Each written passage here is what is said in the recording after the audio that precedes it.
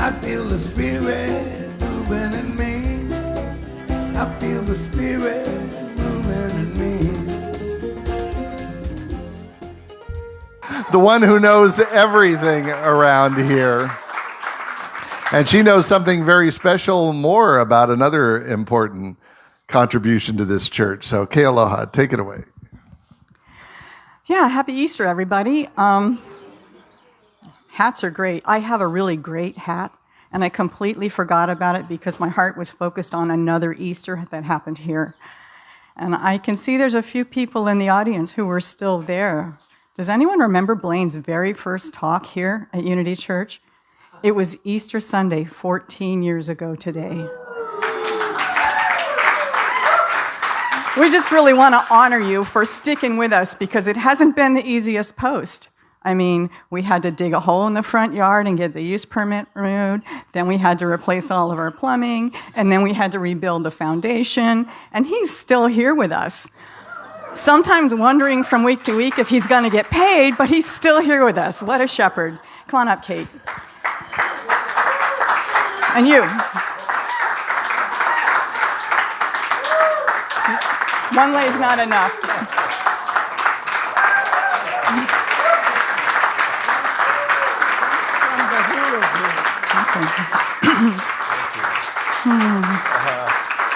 So Kate wanted us to know that this lei is from the hula hui. So please appreciate what you have. You have somebody who's stuck with you through thick and thin, and he's still here.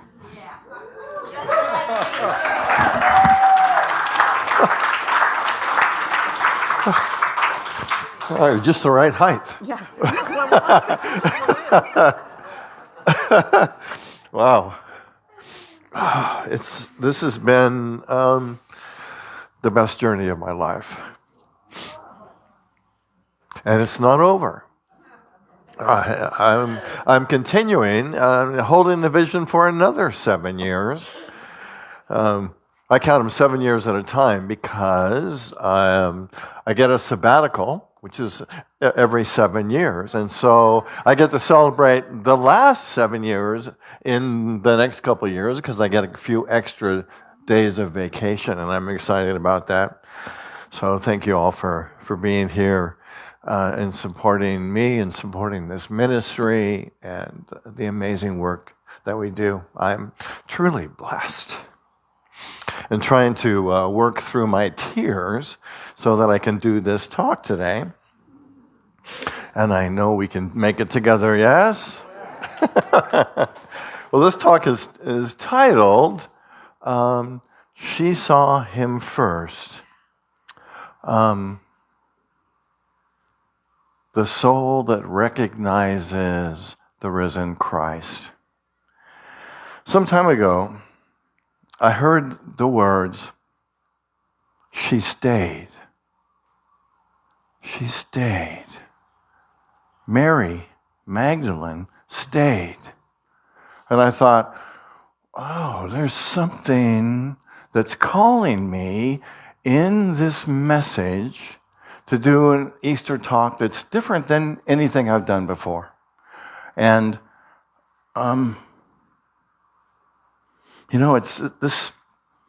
those words meant more to me than the rolling away of the stone or the folding of the cloths, and even more than the angels. And I thought there's a message here that we need to hear that is similar to the message we usually talk about on Easter, because it's about rising, it's about staying, it's about embracing the Christ presence that's within all of us. But I wanted to be sort of the focus of this story, Mary Magdalene, because she kind of got a bad rap, as you might have heard. You know, one of the popes didn't like the idea of there being a female disciple, and so created this rumor and this story that Mary was a prostitute, which is absolutely not true. Part of what men sometimes do to put women down, and that's kind of what happened in this story. But that's not what we're focusing on today, right? You know, Mary stayed. Peter and John, the disciple that they say Jesus loved, came and they looked in the tomb, and they looked and they couldn't understand. And so they left. And they went back home.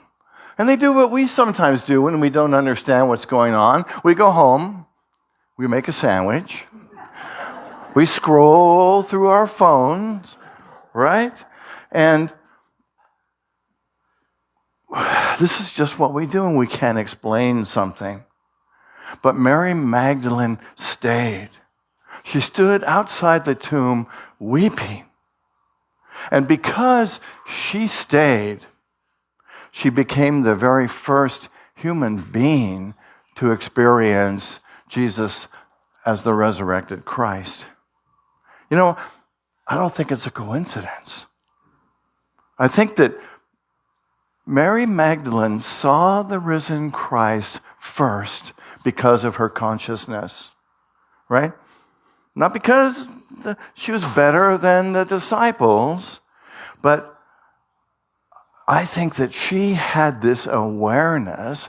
She had so much love, right? And she could see differently. She could see the possibility and the potential that was happening.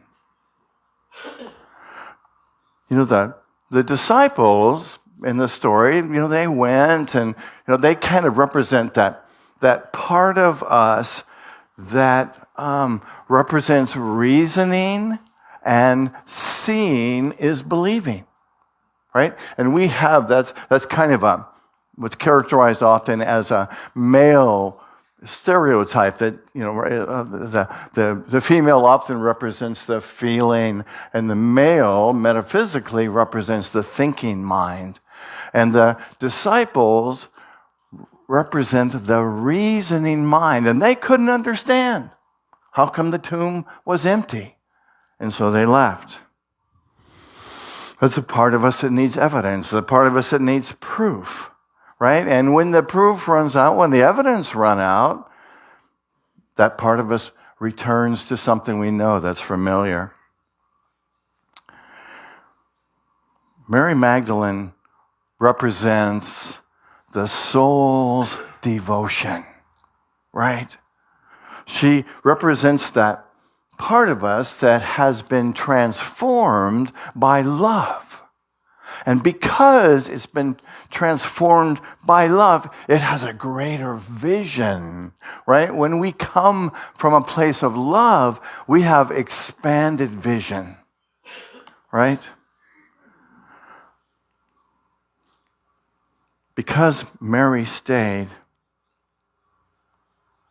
and this is what I find so beautiful about this moment, because she's standing in front of the tomb and someone comes up and she thinks it's the gardener, right? And she doesn't recognize that it's Jesus at first. She's looking at him and she doesn't see who he is. But what breaks through is not his face. It's when he says to her, Mary. And it clicks in her mind. And she realizes that this is Jesus, that he's been resurrected. And she knows him.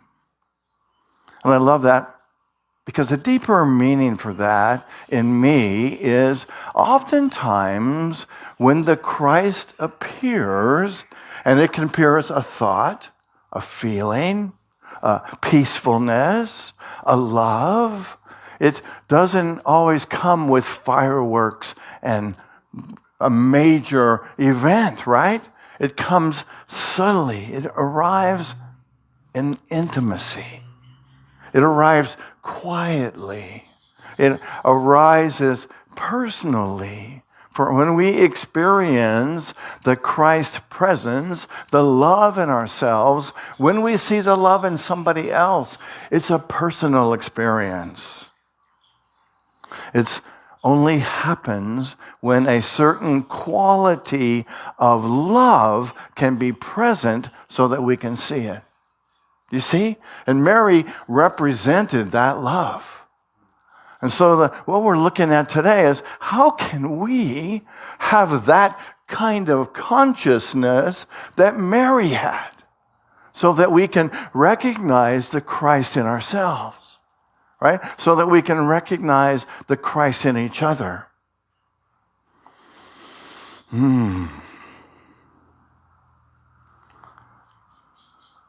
What came to me in writing this talk was this idea that love often sees what fear cannot. Think about that.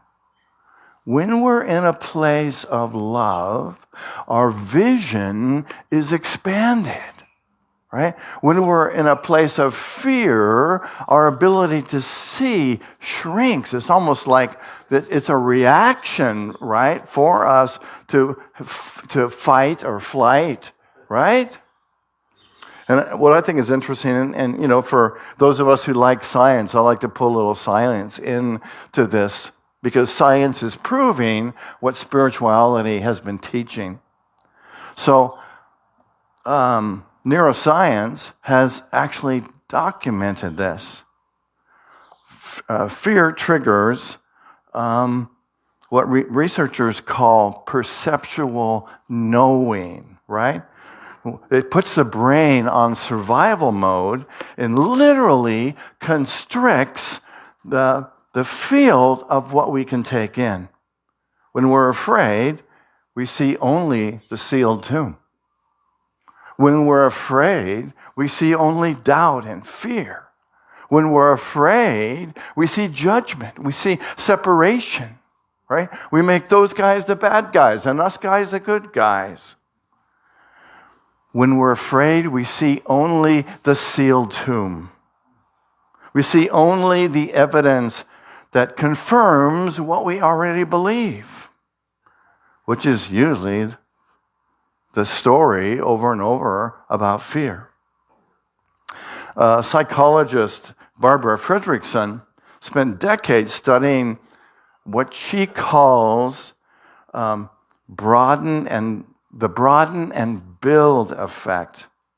And that is finding that emotional states, especially love, expand our perception and our perceptional field. Right? When we become in love, we become more capable of noticing what is new, what is subtle, what is powerful, what is true, what is the Christ. We see the Christ in other people. We see it in ourselves.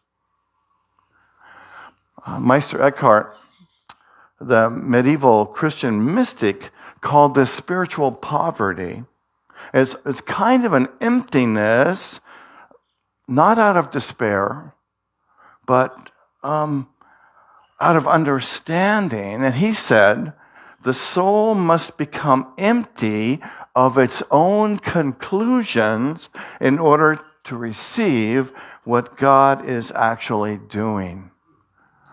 Right? Because we get so wrapped up in our conclusions of this is going to be the way it is, right? This is the empty tomb, right? Mary saw the resurrected Christ, and we too can limit what we experience because we create judgments about it, right? Because we create conclusions about it. Well, certainly this situation is going to end this way because this is what it is for me in this moment.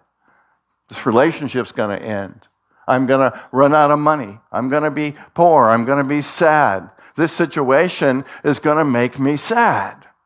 Anybody ever have that thought before when a situation shows up? Right? Mary arrived at the tomb without judgment. She didn't know what the resurrection was. She'd never experienced one before, right? Nobody did. But she was different. She decided in the moment that she was going to show up in love, even in the midst of what appeared like a tragedy. And this is kind of the message of what we're talking about today, is to see when we feel like there's a tragic thing happening in our lives, in the world, to change our perspective and hold it with love. Sometimes the tomb is where things end, and sometimes the tomb is where things begin. And Jesus' message was that something new is beginning and coming out of the tomb. Right? Sometimes we think, why should I pursue the things that I love? Why should I try and write a poem? Why should I try and write a book? Why should I try to be in love? Right? Why should I try to expand my friends? Why should I try to be the fullest expression of the Christ that I can? Right? And in a sense, we shut the tomb down on ourselves. Right? We don't explore the possibilities that we have. Right? Because fear comes in and narrows our perspective. And we cannot see the truth of who we are. We can't see the truth of who other people are. The painting, the book, the spiritual practice. Sometimes we practice meditation and we give up on it. Right? Nothing happens. Right? So, heck with that. Why should I do that? I should be out doing stuff, right, instead of meditating. And what I found is if I meditate first, the stuff that I do happens a lot quicker and easier if I connect myself with Spirit and bring that into the field, right?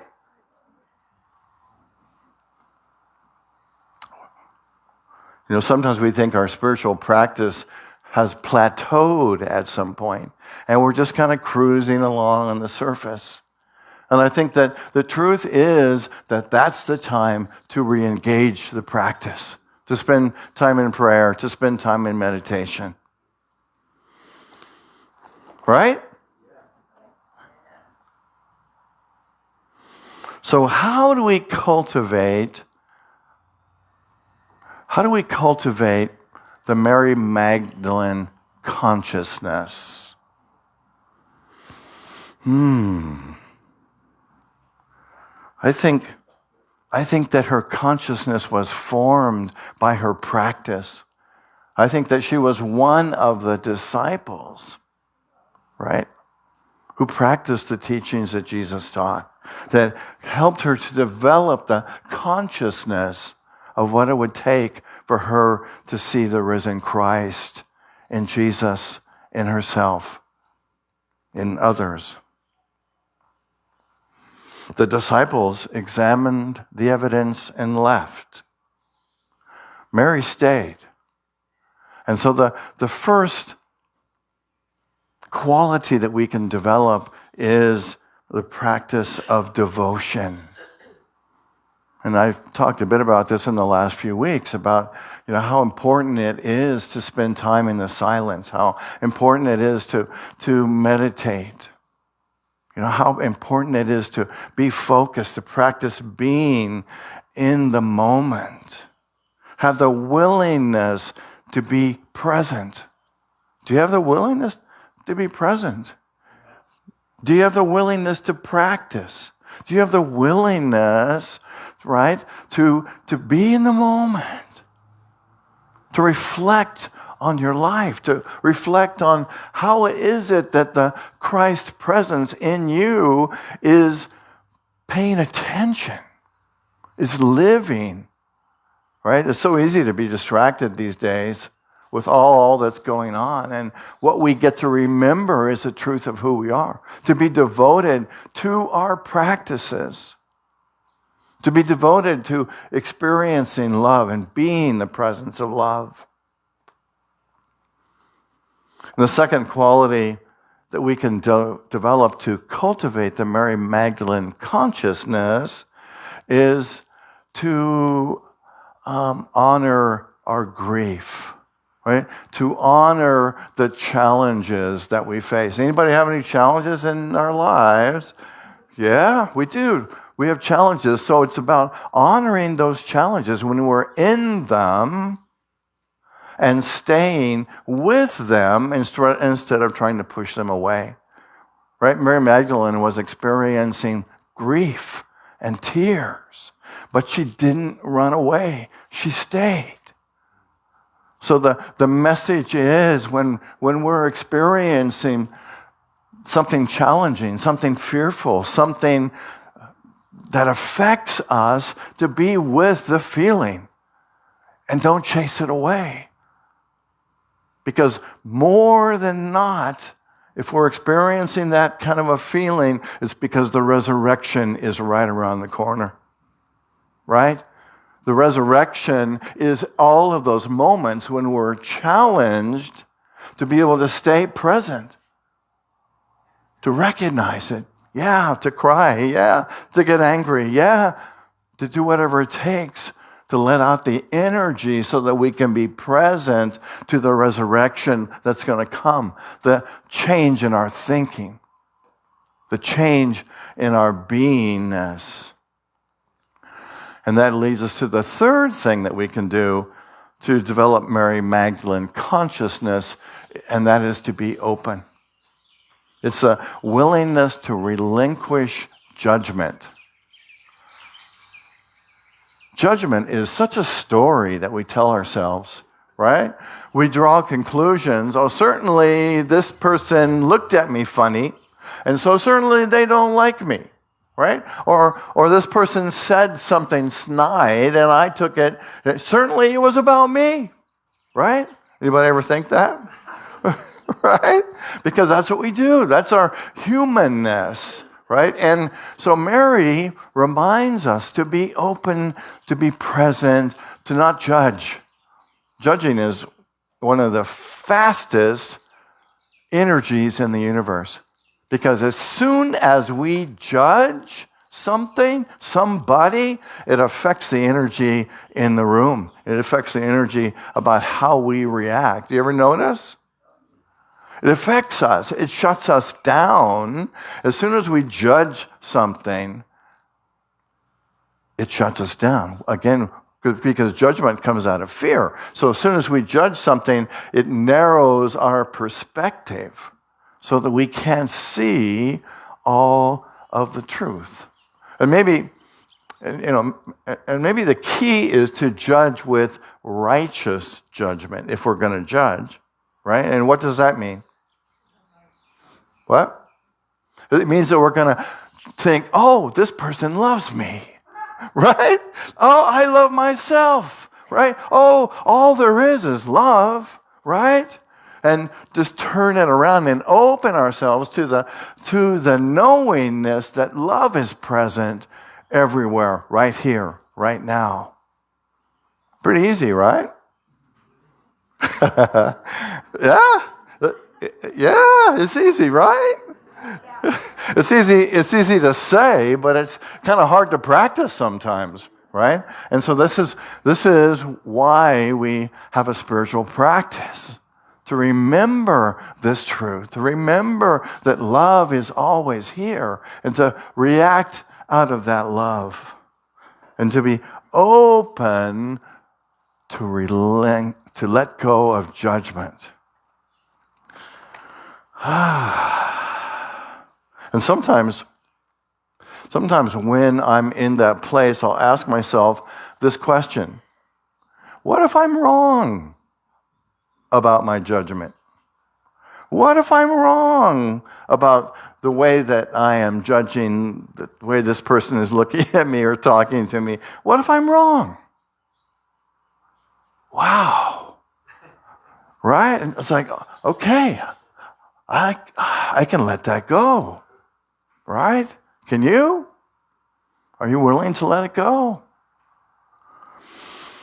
Oh, wow. Mary Magdalene had Mary Magdalene consciousness because she was devoted to the truth, right? She was honest and felt her feelings.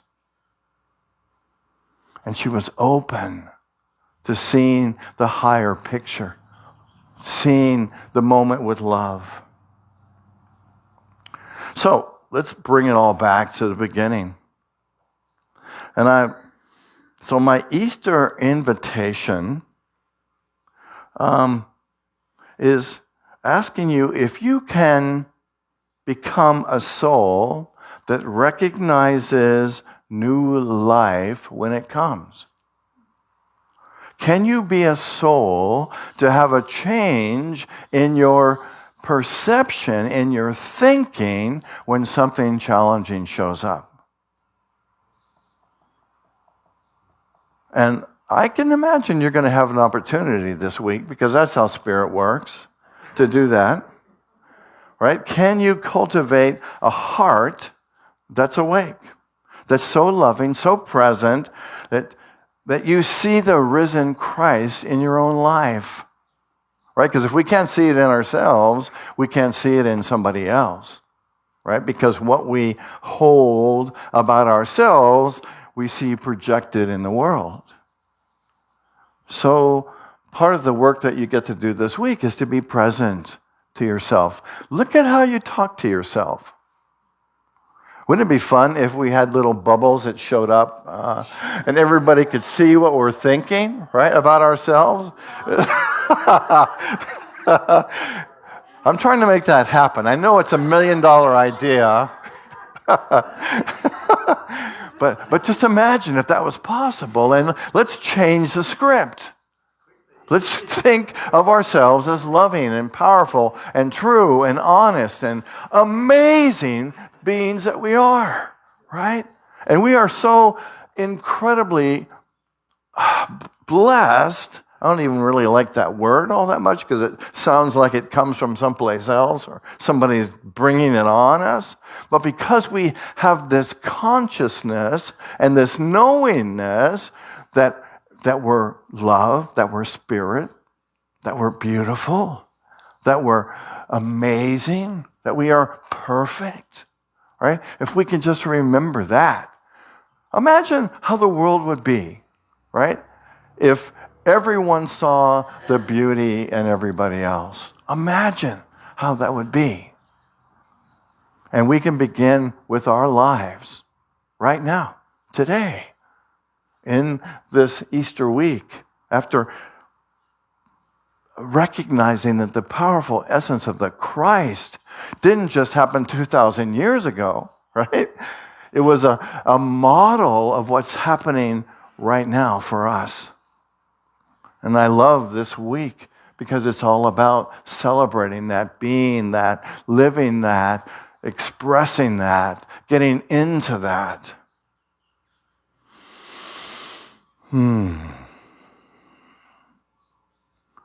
The Christ presence is available to anyone who's willing to stay. Mary stayed. Are you willing to stay? Anyone willing to grieve honestly, to look at the challenges in life and recognize them and say, I can bring love to this. I can bring light to this.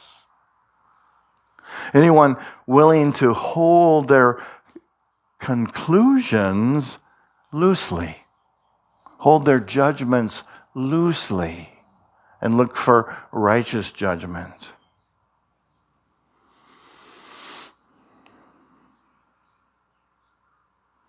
The garden is always here. The Easter morning is always arriving. And it's somewhere in the midst of your life, right here. In the healing, it's in the hope, it's in the love that simply refuses to let go of you because it is the truth of who you are. It's a voice that's speaking your name.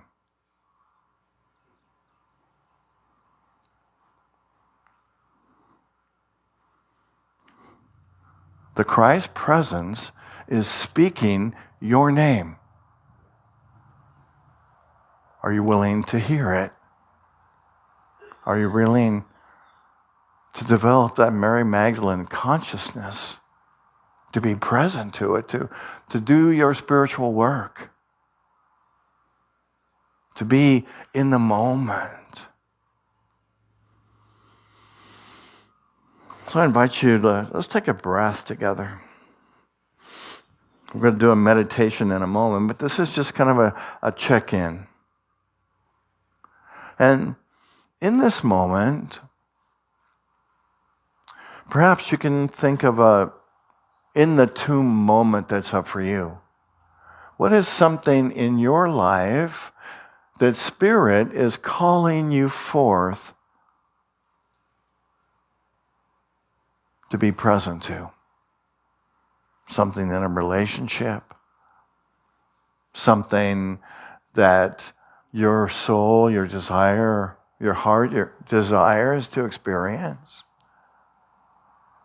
What is it for you? A song to write, a poem to write, a book to write, a relationship to heal,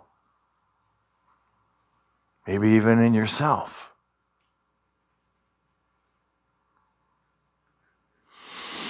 So take a breath and breathe into that. And I invite you this week to be aware of whatever has showed up for you in this moment. Maybe it's just to be more loving. So I invite you to bring this thought, idea back into your conscious experience this week. And to ask yourself, what can I do? What does Spirit desire for me?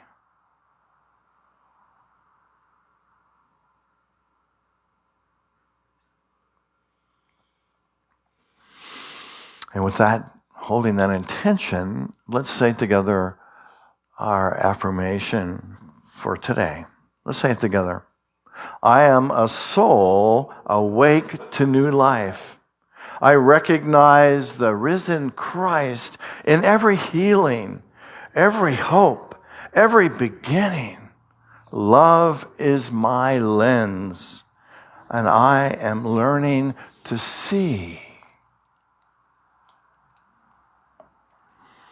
So may you leave this place today a little more like Mary Magdalene, devoted, honest, open. And may you carry into this week the willingness to stay close to that which you love, even if the outcome is uncertain. And may you find in the ordinary moments of your days a voice speaking to you, speaking your name, calling you back to the life that is always rising in you. Always. And so it is. Happy Easter. So let's just go for a moment and let's just kind of implant these ideas in our consciousness. And I invite you just to bring your focus into your heart, into that place where the Christ presence is emanating as you. And breathe into this place.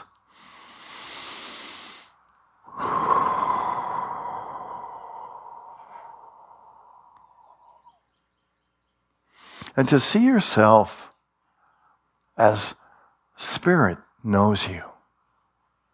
Alive, illumined, beautiful. See yourself. Remember that you are the Christ. That you are, as Jesus said, the light of the world.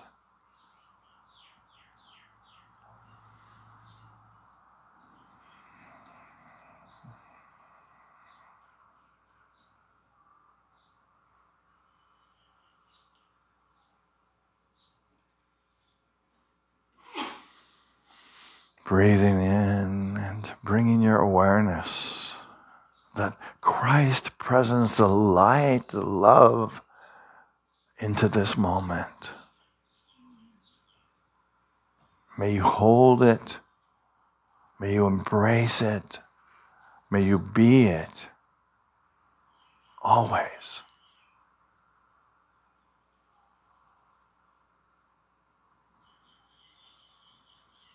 And so it is. Namaste. So I think what we're going to do now, we got something a little different planned.